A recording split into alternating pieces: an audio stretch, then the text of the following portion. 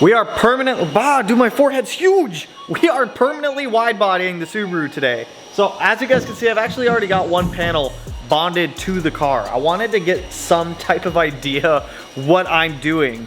So when going through this, I found that we had to trim down the panel more than initially what I thought. Like I knew we were going to trim it back so that way we could get a very smooth transition from the panel to the body.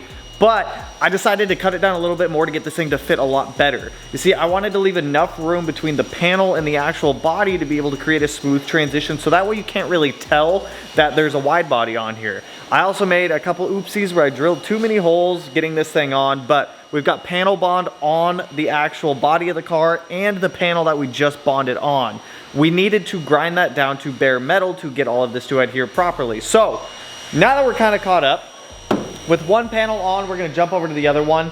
We have to let this panel bond sit for about 24 hours, so all we're really gonna be able to do today is get this stuff on the car and bonded to it, so that way tomorrow we can come back, take out all of the screws on both sides and start molding these to the car. I want this car to look seamless in the fact that you can't tell that there's a wide body on it. I mean, you're gonna be able to tell there's a wide body, you know what I mean. Overall, I'm pretty pleased with how this panel came out. I probably drilled about 60 holes in the car to keep the panel pushed up against the body with the 3M panel bond in here to ensure that this doesn't go anywhere. So this is going to create a very strong bond between this and this. We did have to grind off the epoxy primer between the panel and the body so that way this could adhere properly. So with our other wide body fender out here, I'm gonna go ahead and make two arbitrary cuts on this where I cut off this lip right here on the bottom that goes to the pinch weld. When I jack up the car, if I do opt to jack up the car off the pinch weld, I don't want to be jacking off the wide body. What did he say? So we are going to cut that lip off there. We're also going to cut this lip off down here because I found that I can get much better fitment with removing those. Once those two little tabs are cut off, we're going to get this temporarily mounted up with a couple of the clecos, and we're going to trim this kit back a decent amount. You guys can already see from this panel how much we actually trimmed it back. Originally, this panel came up this A pillar or the C pillar here, and we're not going to do that because I feel like I can get a much better transition there without having it go up. Plus, this panel was a bit warped up here where I don't trust the 3M panel bond would hold it long-term over time. Now it fits perfect. So let's go cut up that piece, get it test fit, draw our line for where we're gonna trim it, take it back over there, trim it, and start prepping.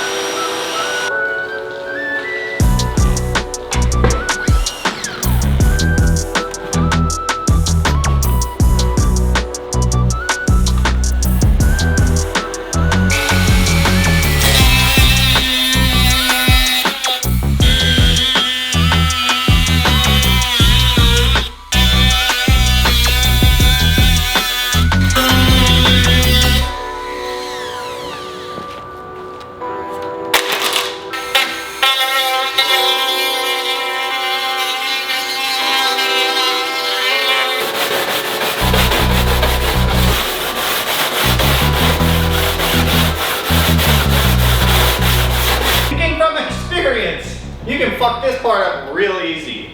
You need to make sure that this panel lines up perfectly with the body. So for us, that should be right about there. Just to get one screw in it.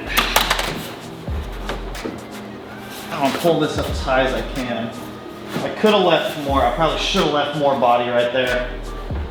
I cut that down kind of low. It's fine, I'll make it work. I'll put like 500 self-tappers in this to get the body sitting where it needs to. Draw alignment marks, pull this off, strip down to bare metal under this panel, and then we should be ready to bond it on.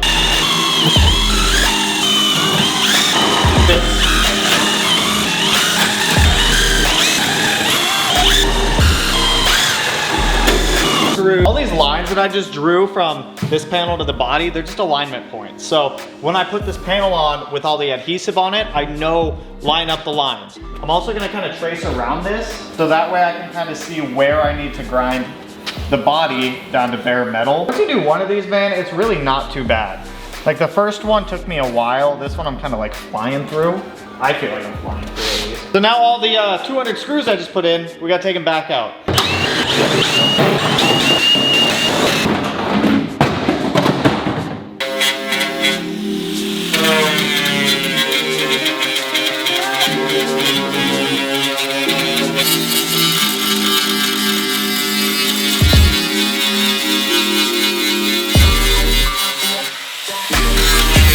We have everything ground. Now we're only grinding the epoxy primer off in the areas where the wide body meets up with the body, because that panel bond needs to get to the bare metal.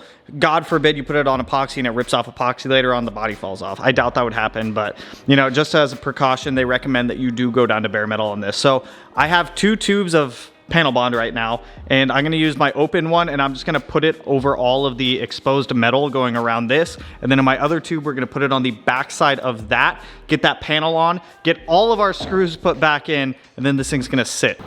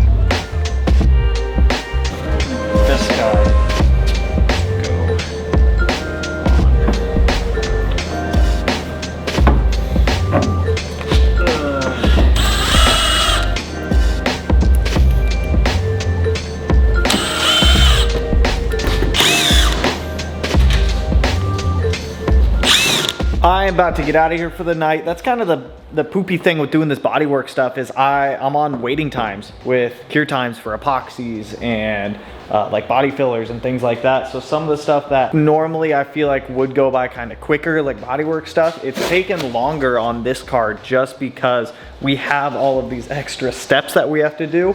But it's, like I said, at the end of the day, it's gonna make the car come out way better. So other quarter panel is bonded on. We've got about 60 to 70 screws per quarter panel. So 24 hours, we can come back, take all the screws out, start sanding this stuff down and start feathering it out into the stock body to start making it look seamless. I would like in this video to be able to get all this primed. At least the shell. If we get the shell primed, man, that'd be sick. That'd be sweet, because then I don't have to look at this like 30 color car anymore. Fitment wise on this side, I wish I would have kept a little bit more material up here, but it is bonded on there and it's not gonna go anywhere. Plus with the amount of glue that we actually have holding this thing on, I think it's gonna be seamless. This thing is decently wider and it's nice seeing it without the Cleco clamps sticking out. Dude, it's like perfect. It's the perfect amount of width. Trimming this thing down was definitely the move to get it to fit better, because on both sides, the panels up here where it went to this C-pillar definitely tried to pull away. So if we can relieve that tension of it trying to pull out, it's gonna stay on the body a lot better. So I'll see you guys in 24 hours. We'll come back, we'll take all these screws out and start feathering these to the body. It's been about 23 hours for this panel, so we should be able to take all this hardware out.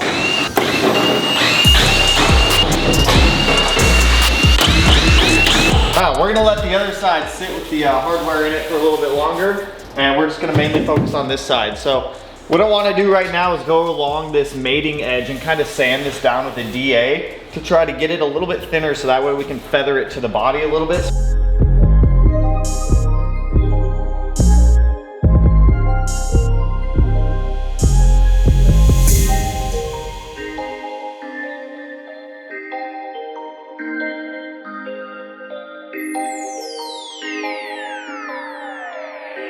The edge of the wide body all feathered out to the stock body. Now the entire reason I did this is just so that we don't have such a large step between the bonded panel and the stock body. So just kind of feathering it down, sanding it down a little bit. You don't want to go all the way through it, obviously, so be cautious as you are doing it. But this will make it a lot easier to blend this panel into the stock body. Like if you look at this edge here, you'll see that's a lot closer what we have on this side. So let me mix up some fiberglass reinforced filler. Let's get our first coat on here. The first couple coats are really just gonna be kind of blend layers, and we're not gonna be smoothing this out to make it look seamless up until we've got kind of all the blend layers there, and then we can start putting down some guide coat and getting this to look like it's actually part of the stock body. When it comes to blending the body to the wide body, we are using Eastwood's short strand fiberglass reinforced filler. It's a much better option than using something like Bondo because this shouldn't crack over time. It's also water resistant, so God forbid if any water actually does somehow get through paint, or if it somehow gets through clear coat, top coat, base coat, epoxy primer, and then down to this layer, it shouldn't cause any cracking. I don't quite know how it would get that deep through all of those layers, but it's a good option to use, especially when you're using a fiberglass panel. I've never been a huge fan of Bondo, and if you guys remember in the last video, you saw how much Bondo we actually pulled off of this car and how easily it was cracking and falling off. So this stuff, awesome. If you're looking at Snag & Some, we actually have a discount code over at Eastwood, and there will be a link down below in the description if you're looking at doing a project like this. Oh my gosh, you guys, we have one side molded on. This took so long. I have spent 5 hours on this, and it's not done yet, but it's to the point where I can start on the other side and then we can come back and do some finishing touches. But it's molded to the car. Like if you look at it, it's part of the car now, dude. It's part of the freaking car. If you look at this side, you guys can see the difference. Like there's just this massive overhang, massive lip, and you come over to the side that we just did. Boom, part of the car. That's wild. That's insane. I have a little bit more touch up to do right up here. I can feel a couple high spots, so I'll hit that with a block again. I went over all this with 220. So I did 80, 120, 180, 220 on all of this, and dude, it feels like buttery smooth. That's insane. That is insane. That is part of the freaking car, dude. The best part, you can walk up to it. You can legit grab the fender and just shake the whole car. That's nuts. So we're gonna start on the other side now. It's gonna be fairly similar to this process. I do apologize for all the time lapse, but I don't think you guys wanna watch 5 hours of me applying body filler and sanding and body filler and sanding and body filler and sanding. So we're gonna do the same thing. We're gonna feather these edges, rough up the primer, and then start getting some filler on here. Let that cure. We'll probably get through 1 or 2 layers of it today, and then come back and finish it tomorrow.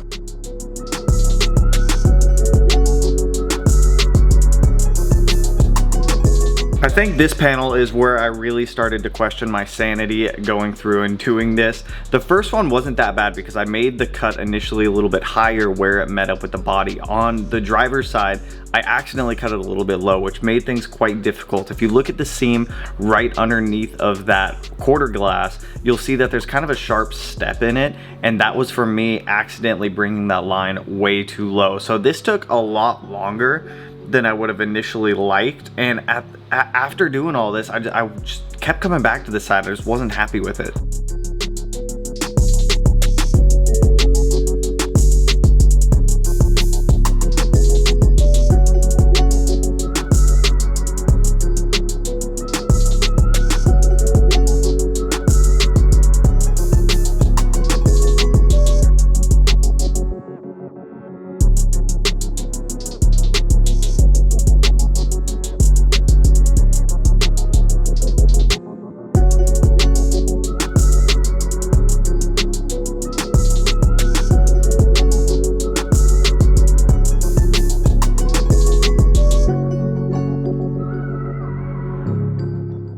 I am so wiped.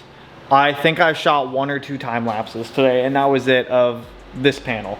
I've got guide coat on everything now, but to the touch, for the most part, it all feels smooth, but I'm not actually gonna be able to see that until I start sanding with guide coat on it. So we have the general shape of the wide body molded to the car at this point.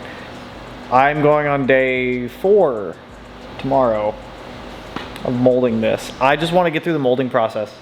Like that's all I want to get through. I want these molded on there and done so I can start prepping the rest of the car for epoxy primer so we can get this thing primed and then painted shortly after. I can be honest, this is not something I would probably do again if we're being honest. There is so much time and work that goes into molding a wide body. It's insane. And you also have to keep in mind the left side has to be as close as you can to the right side, and it's, dude, like I'm gonna be pumped with the end results, but it's a lot more work than you might think. The general premise is there. Bond the panel on. Once the panel's bonded on, start applying this fiberglass filler. Now we are using this short strand fiberglass filler from Eastwood. I've been super happy with this stuff. It is water resistant. It's stronger than Bondo. It shouldn't crack. This has obviously fiberglass in it. It will hold up. That was one thing, and a lot of questions and concerns I saw from a lot of people is this gonna crack? It should not crack at all. At all. The stuff is strong. So going through, you guys see we have it's actually a little bit easier to see with the guide code on there. We have nice body lines that for the most part follow everything that they should. I did run into an issue on this side that I didn't on that side, and that's because I cut this panel too low, if you guys remember. So I had to use more of the fiberglass filler to get the general shape to match from this side to the other side. Now that's not gonna be an issue. It was just a lot more work to get this side mirrored. But if I show you guys here, we have good body lines. Everything follows where it's supposed to. It's all molded and it looks like one piece of the car. Come over to the passenger side, it looks damn near same. So I am super happy with the results from the general shaping on both of these. So, I mean, I think I'm gonna have a high spot right here. I'm pretty sure I do have a high spot right there. So, like I said, there's so much work that goes into this. I'm gonna let this stuff sit overnight. I need to give my arm a break from sanding because it's literally all I've been doing all day. Tomorrow morning, we're gonna come back and start sanding with the guide coat on it to make sure that we can get this panel as flat and as perfect as we can. We can always make improvements to the panel after epoxy primer has been sprayed on it, and we can do that with glazing putty. But for now, if we can work out any deficiencies or defects in the panel right now, that is going to be the best, so that way we don't have to use as much glazing putty later, and we can make sure that everything is, for the most part, where it needs to be.